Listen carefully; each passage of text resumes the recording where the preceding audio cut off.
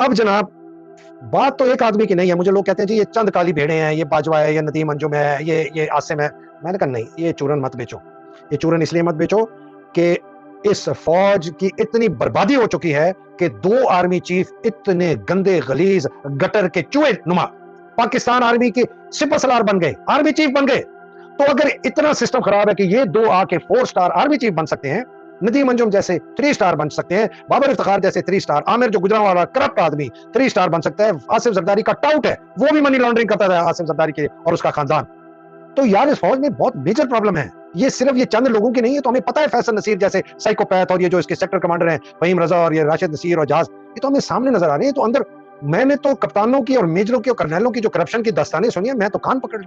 اور میں نے کہا یہ تو فوج ہی نہیں رہی, یہ تو پنجاب پولیس سے بھی بدتر. مجھے کہتے ہیں پنجاب پولیس بن جائے گی, اور میں کب بن چکی ہے. یہ میرے زمانے میں جو پنجاب پولیس ہے یہ اس سے بھی خراب ہے, اور آج کی جو پنجاب پولیس ہے یہ 1-2 سال میں بن جائے گی جس طرح ہمارے سندھ رینجر بن چکے ہیں. تو یہ آپ فوج کے اندر بڑی میجر ڈیٹیریشن ہے, جس کی وجہ سے آپ اس کی عکاسی, وہ جو کینسر ہے اس کے جو پھوڑے ہیں نا سب سے بڑے, وہ آپ نے دیکھ لیے باجوہ کی شکل میں, ندیم انجم کی شکل میں اور عاصم کی شکل. یہ آج کل ایک انہوں نے عجیب ڈرامے شروع کر دیے ہیں کہ جی ایک بیچارے شہید کو لے کے آتے ہیں, کسی نائے, کسی حوالدار, کسی جے سی او کے کپتان بیچارے کی فیملی, اس کے بچے, وہ بڑا افسردہ سا میوزک, اور یہ شہید ہوا. یار تو خدا کا خوف کرو, میں فوجیوں سے کہتا ہوں خدا کا خوف کرو, اللہ کے قہر سے خوف کرو کہ تم ان بیچارے شہیدوں کی میتوں پہ تم اپنی سیاست چمکا رہے ہو. تمہارا جو کرپشن, تم نے جو پاکستان کو 1958 سے 1958 سے لے کر آج تک جو لوٹا ہے, جو اس کو تباہ و برباد کیا جرنیلوں نے خاص طور پر, تم اس کو بچانا چاہتے ہو کہ وہ لوگ بھول جائیں, اور یہ بیچارہ سپاہی اور نائک اور جے سی او اور یہ کپتان اور میجر کی شہادت کو سامنے پیش کرتے ہو کہ ہمیں کچھ نہ کہو, ہم چور, ڈاکو, لٹیرے, غاصب, پاکستان کو توڑ دیا, تباہ کر دیا, ہمیں نہ کہو اس لیے کہ یہ شہید ہوئے. یہ کام کی بکواس. بھائی میں نے بھی فوج جوائن کی تھی 1974 میں, میں نے سوچ سمجھ کے فوج جوائن کی تھی. مجھے پتا ہے کہ فوج میں کہیں بھی ہمیں بھیج دیں گے, ہو سکتا ہے میں زخمی ہو جاؤں, ہو سکتا ہے میں مارا جاؤں, مجھے کیا پتا. مجھے کسی نے کوئی دھکا تو نہیں دیا تھا, میں کوئی احسان تو نہیں کر رہا اس ملک کے اوپر کہ یار میں فوج جا رہا ہوں, میں ہو بھائی جان سارے سن لو پورے پاکستان, میں فوج جوائن کرنے جا رہا ہوں, تم لوگوں پہ احسان کرنے جاؤں. نہیں, میں اپنی مرضی سے گیا. ہر افسر اس فوج میں اپنی مرضی سے جاتا ہے, ہر جوان اپنی مرضی سے جاتا ہے. ہم کوئی احسان نہیں کریں, ہمارا کام ہے ملک کا دفاع کرنا, ہمارا کام ہے زخمی ہونا, ہمارا کام ہے گولیاں کھانا, ہمارا کام ہے شہید ہونا, یہ ہمارا کام ہے. یہ ہم اپنی مرضی سے کریں. یہ کون سا ہے کہ جی آپ احسان ملک کو دکھا رہے, ہم نے احسان کیا آپ کے اوپر, ہم شہید ہو گئے. بھائی ہمارا کام ہے. وہ پولیس والے بھی شہید ہوتے ہیں, وہ ایس ایف والے بھی شہید ہوتے ہیں, وہ سولین بھی شہید ہوتے ہیں, وہ لوگ 18 گھنٹے جو کام کرتے ہیں آپ کے اسکولوں میں, بڑے زبردست استاد, ان کو ہارٹ اٹیک ہوتے ہیں کہ وہ سٹریس اتنا لیتے ہیں, وہ بھی ملک کے لیے شہید. ساری دنیا بھر کے, وہ میں تو یار اس ملک کے لیے کام کرتا ہوں, ہر سیکرٹری, ہر سیکشن آفیسر, ہر ملک میں کوئی بھی جو حکومت کے لیے کام کرتا ہے وہ کہتا ہے جی میں بڑا احسان کرتا ہوں, میں تو آپ کے کام کرتا ہوں. یہ کیا بکواس, بالکل بکواس, بالکل بکواس, ماننے کے لیے نہیں تیار.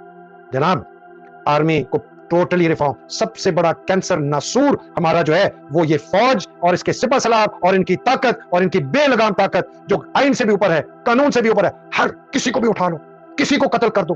تمہارا سابق وزیر اعظم جو پاکستان کا سب سے زیادہ پاپولر لیڈر ہے, اس کے خلاف 100-150 آپ نے کیسز کیے, اس کو 2 دفعہ آپ نے قتل کرنے کی کوشش کی ہے, اور آپ نے اس کی پارٹی کو توڑنے کی کوشش کی ہے. وہ کل کے ٹٹ پنجیے ایف اے پاس, اور ایک آدمی جس نے 26-27 سال جدوجہد کر کے ادھر پہنچا ہے, ہسپتال بنائے ہیں, فلاح بہبود کا کام کیا ہے, اس کو مارنا چاہتے ہو. اور ایک غلیظ بد کردار, بےہودہ, بے شرم عورت, اور اسی طرح کا غلیظ, بےہودہ, بے غیرت بیٹا بلاول اور مریم, اس کو تم سامنے لا رہے ہو. پاکستان کی لیڈرشپ, شرم آنی چاہیے. جناب بہت سخت قیمت دیں گے, میں نے دیکھنا شروع کر دیا, بڑی ہو گئی ہے ویلاگ, آئی ڈونٹ کیئر. لیکن آپ سنیں, اسی تونسا گیا اپنا یہ آٹا بانٹنے, ایسا بھاگا ہے, اس کے گارڈ کو شکر کرو کہ اس کو مار نہیں دیا. انگیٹھی ریسٹورنٹ کراچی میں, شہباز پہ, ڈی ایچ اے میں, اس پہ لوگوں نے ہلہ بول دیا کہ ہم تو بھوکے مر رہے ہیں اور تم یہاں آ کے کھانا کھاتے ہو. افسروں کے جو میں نے بتایا, لوگوں نے گھر اپنے آرمی افسر نے بیچنے شروع کر دیے. فیصل نصیر کے گھر کا ایڈریس اس کے بچوں کے نام سرکولیٹ کر رہے ہیں, اور ایڈریس کسی نے کہا نہیں یہ غلط ہے, یہ اب یہاں رہتا ہے. مجھے خود بتایا کہ بہت سخت خوف میں ہے اس کے اولاد. یہ کدھر, آپ کس قسم کا ماحول آپ کر رہے ہیں. آرمی نے سیکورٹی اپ گریڈ کر دی ہے پنڈی میں. یہ فیصل نصیر چھپ کے چھوٹی چھوٹی گاڑیوں میں اپنے دفتر جاتے ہیں, گاڑیاں تبدیل کرتا ہے. ندیم انجم کہتے ہیں کبھی کبھی دفتر ہی نہیں جاتا.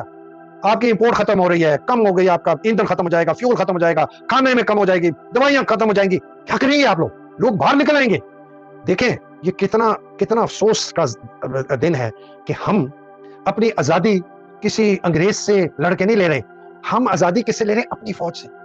اس سے زیادہ کوئی دکھ اور ستم ظریفی کی بات ہو سکتی ہے کہ ہم آزادی لڑ کس سے رہے ہیں, اپنی فوج سے, اپنے سپہ سالار سے, جس کو ہم نے